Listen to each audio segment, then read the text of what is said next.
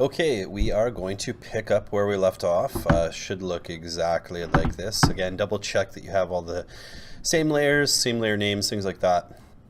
And then step 9, so the retouching step. So we can see we have some undesirable things here. Also, I'm going to show you how to clone up here to make it a little bit more natural as well. So the first thing we need to do is we have to have a new layer to actually do that work on. So we go to layer, new layer, click here, layer, new layer, just a normal layer. We see a new layer there. From the tool panels on the left side, grab the clone brush tool. So clone brush, perfect, right there. Right, shows you right there. Again, we need to use the soft edge brush, and I'll show you why this is important. For example, if we grab the hard edge brush, you'll get like a really distinct hard line, and that makes it really, really obvious when you're trying to clone something. So when you're cloning something, you want it to be as soft as possible, and it basically hides the edges. It makes it less noticeable, really. So we grab that 128 soft. It should look like that, kind of like see-through, ghosty. Go to the context toolbar, change 128 to 120. It really is not much of a difference from 128, as you can see here. Let's see, another good shortcut is the brackets. So the left bracket, right bracket, just the letter P will make that larger or smaller. Anything around 120 is fine. Like 128 should be fine. From the same context toolbar on the top, look at the right side where it says source, change it to current layers and below. This is super important.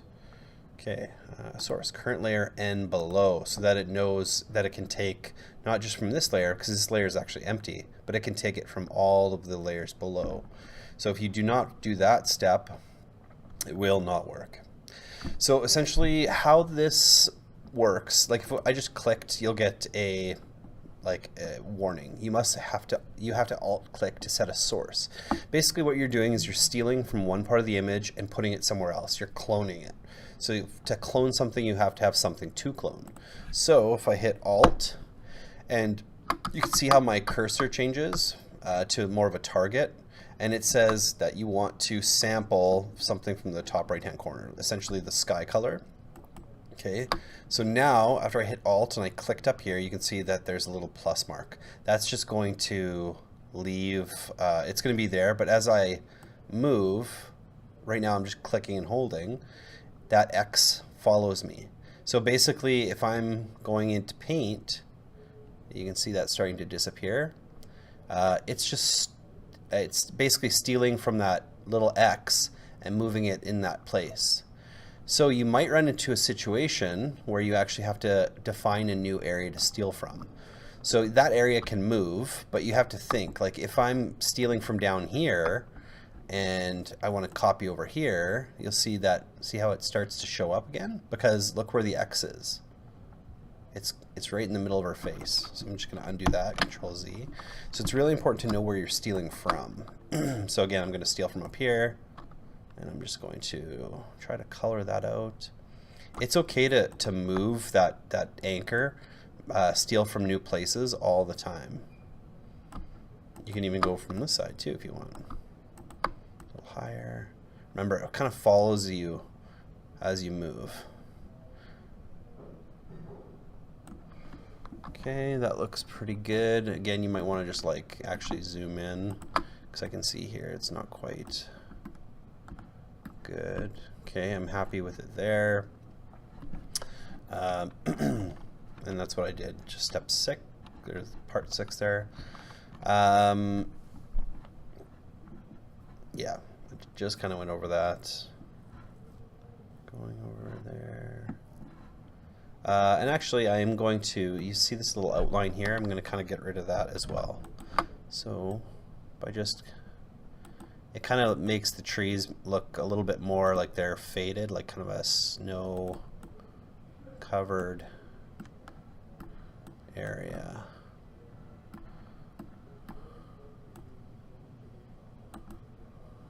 Perfect. So another thing is, this is really obvious. This is really an area that, like, it's a hard line and it's really noticeable. So I'm going to show you a quick and easy trick to get rid of it. So remember how we made a selection by control clicking one of these? So this is the mask. And so whenever we have a mask, a selection like this, we're just telling the program we only want to work inside the mask or outside the mask. So for this, because the selection is the face, it's telling the program we only want to work inside the mask. So what I'm going to do is, I'll show you how this is a little bit more obvious. Turn that off. So you can see here that this is that original image. That's the one. So you can see where we've kind of burned through a bit to make the image show up, the face, just like that. What I'm going to do is I'm actually going to clone some mountain up here into the face over here. So I made a selection. You don't have to do this, but basically it keeps the line right here really nice and tight, so I don't need to do any erasing. And again, I'll just repeat that step. If I want to make a selection, for example, I just want to work in this little section right here, I can hold Control, click, and then it's saying I can only paint in here. So even if I paint outside the brush, it'll only actually show up right in here. So now I have to tell it, where do I steal from? So I go Alt, and I'll just kind of steal from this area and then start painting. And you see how I want a little bit more of a white area down here. And again, I can turn the opacity down just to make it a little less noticeable. There you go. So that forehead now looks really good. Okay, and then I'm going to hit Control D just to deselect it. And then I'm going to turn my background layer back on, and that looks much, much better. So I fixed that. Okay. Yeah, so we are supposed to rename that layer Retouch 01. So let's do that right now. Retouch 01. Okay. So just important to note that the fixing of that frontier wasn't technically in this tutorial. It's just a little aside. It's kind of one of those complicated things that if you're not really comfortable with the cloning, it might not be something you want to undertake just yet. Same with the cloning of the trees. So this cloning step really doesn't have to be done. You don't have to do it. It's still going to work. It's still going to look good, but it's just another thing you could do. So in the second phase, we're going to clone the top of the girl's head in 2 separate locations to give the surface more detail and variety. For the step, repeat the steps from the previous step. Again, this gets really confusing. Starting with making a new layer. So we'll start with making a new layer. Layer, new layer. Okay, we have a new layer. Use the same brush, but now 350. Okay, so we're clone stamping it. 350, enter. Okay, it's a little bit bigger. Awesome. So pick the trees at the front of the girl's head, see the image below for the exact location. So it's kind of, and I kind of cloned it out a bit. Alt right there. And for this to work, it needed to be at those same settings. Perfect. Okay. And this is where I say it can get very confusing. So you want to start cloning a tree from our first selection. We just made that selection. Then you'll notice quickly that the clone, it keeps wanting to clone up. For example, if I click, see how it's just kind of building? But we need to kind of turn it around or finish it off. We need a way to get this side done. And the easiest way to do that is actually just to flip it. So what we're going to do is just switch to the Move tool. Remember, I'm on my new layer there. Switch to the Move tool. You'll get these nodes. And in the tutorial, I said if you right-click on it, transform, flip horizontally, you can do it that way. Or you can just grab it like this, which is probably much easier. And I'm going to put that just right in there. It should kind of blend in. It should look semi-natural, just like that. Okay, I'm happy with that. I'm going to go back to my clone tool. Okay, you can see there, though, it's still kind of faded, so I still need to do some filling. And remember, we have the same area cloned. We could define a new area if we wanted to. I'm gonna make just a few more clicks. And there we go. So again, it's not as sharp as the one I did before just because I had done some erasing. But that looks good. It kind of fills in that spot, and it looks more like the hair that was there. All right. So, okay, and just to make sure my layers match, I'm going to call this clone trees 02. Okay. So, finishing off. In the last phase of the retouching, we're going to achieve two objectives, fixing small details in the image and hiding the right arm and shoulder of the girl. We want to again make a new layer. New layer. And right now, honestly, this could be finished, but we're going to just play around with it some more. Use the clone tool. This is where we'd also vary the size of the brush. So knowing how to use these brackets is really, really helpful when you want to clone something larger or smaller. Okay, we're going to rename that layer to retouch 02. Perfect. Okay, so when you try and clone out the right shoulder, use a soft brush with a wide tip. Vary the opacity. So again, let's try 60% opacity. Okay. All right. So we're basically just trying to get rid of some of this. And, oops, sorry. First we have to tell it where to steal from. Steal from over here. And this is where you might have to play around with varying opacities.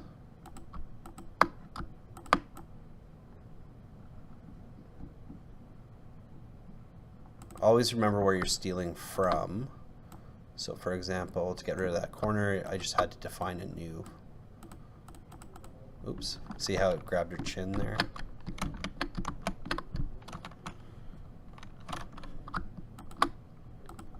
And I'm gonna make my brush just a little bit bigger.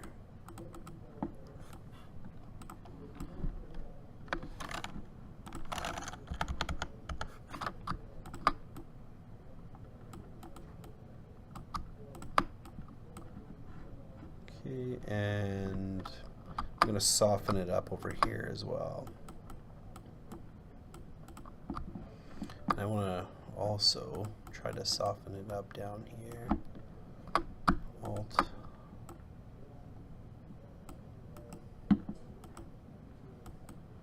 This is where it's more of like an art than it is per se an exact science. Do a little more stealing down there. Okay, perfect. I'm happy with that. It kind of gives you it has the same type of feel with the body coming through a bit, and then the mountains and the blending. So it looks good. So I'm happy with that. Again, like I can do another layer, call it layer retouch 3. I'm just going to leave that. So now the live layers. We're going to finish up the retouching with better manageability and performance, as well as merging. Like to do this, we're going to essentially just collapse all these into one. So select retouch 3. I'll just say that's retouch 2, layer, and then what did I say? Layer menu, choose merge visible. So merge visible. Boom. Okay. So what it's done is it actually just made a layer from all of these layers. So in theory, if I turned all of those off, you should still have your image right there, just like that. Perfect. We're going to name this one Snow Queen. I guess technically we could also have hit flatten, but flatten basically takes all of these and merges them together. It's nice to have these in case you ever want to go back in and touch anything up. So we called it Snow Queen. select the Snow Queen layer, and on the layer menu, hit new live filter, clarity filter. So filter, new live filter, clarity filter. Boom. You'll see a pop-up, so we want to change the radius to 1.6. Sometimes I find it easier just to type it in. 1.6, enter. Okay, so that just punches it up a bit, makes it a little bit more clear. All right, we can just close that. You can see there that adjustment is right there. Nothing's selected, so I had to select that again. So with the Snow Queen layer still selected, from the Tools panel, click the Sharpen tool brush, and that one might be hiding. So there's a blur tool and a sharpen tool. It's under, if you see a teardrop, just make sure it looks kind of like a icicle right there. Sharpen tool. Okay. And then again, we want to make sure that it's a soft edge brush. Go back to our brushes, select a brush, set the width to 100, and the opacity to 60. Okay, I'm just going to open that up in a new tab just so I can make sure. 60, 25. I was really wanting to just double check the flow on that. Okay, so use this tool in areas around the girl's head where you want to add local contrast, increase sharpness. So let's see what it does. I actually prefer to make my brush a little bit bigger.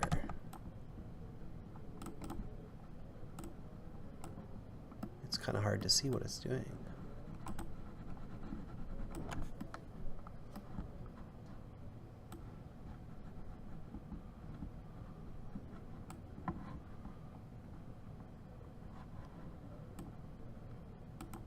Doesn't look like it is doing a whole lot, does it?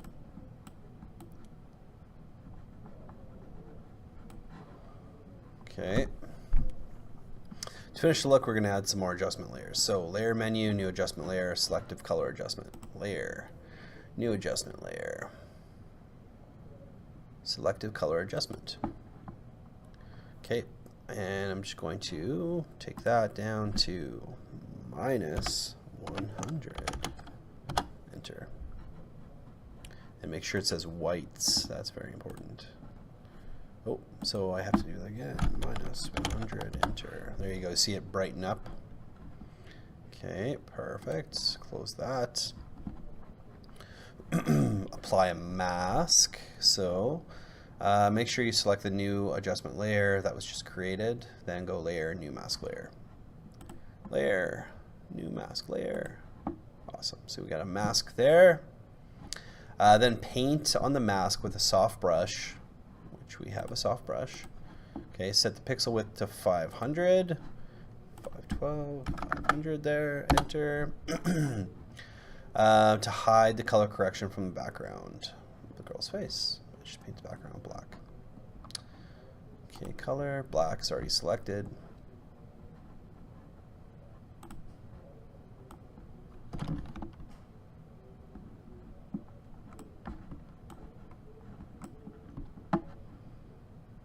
Oops, I wasn't painting. So remember, anything black is see-through, and so you can see here that it's changing the color ever so slightly. And the reason why I have that just kind of moving in a bit, it just kind of blends it in a bit better.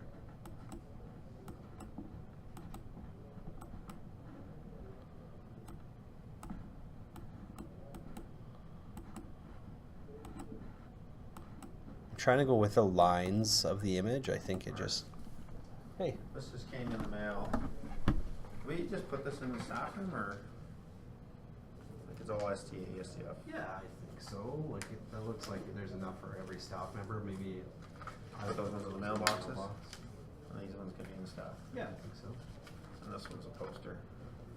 Perfect. Okay. Excuse me. There we go. Put that back. It's important also to zoom out just to make sure it looks consistent. I can even go with a really big brush here, just to...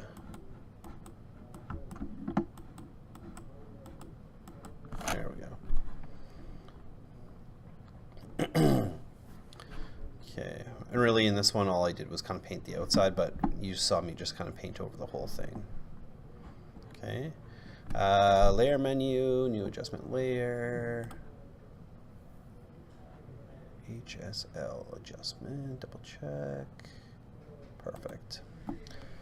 Okay, master, saturation, -14, boom. Okay, that's it. It's done.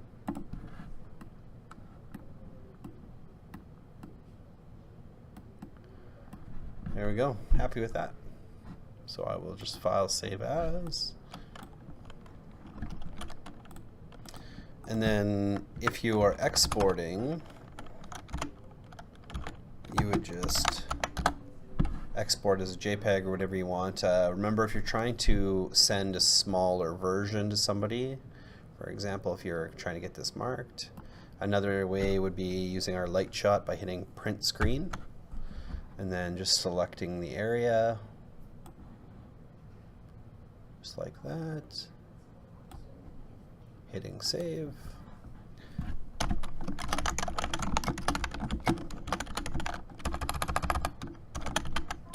Desktop, perfect. JPEG, there we go. Awesome. Thank you very much.